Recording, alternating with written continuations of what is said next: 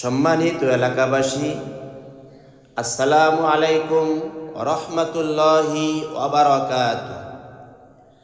আমরা অতীব দুঃখের সহিত জানাচ্ছি যে মধ্যনগর আসহাবে সুফা মাদ্রাসা ও এতিমখানা 2022 সালে প্রতিষ্ঠিত হয়ে মানসম্মত লেখাপড়া সহ সকল বিষয়ে সুনামের সাথে এগিয়ে আসছে।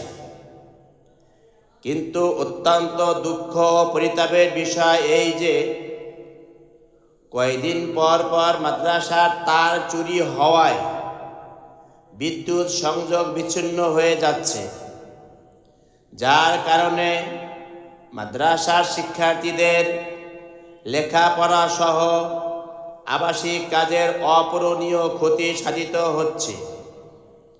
এই পর্যন্ত প্রায় 11 বার তার চুরি হয়েছে। গত 7 দিন যাবৎ আমরা তার চুরির কারণে বিদ্যুতের অভাবে অন্ধকারের মধ্যে আছি।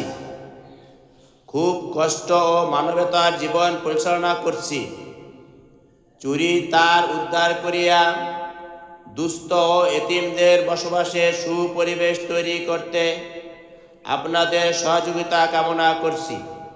অনুরোধে মধ্যনগর এতিমখানা কর্তৃপক্ষ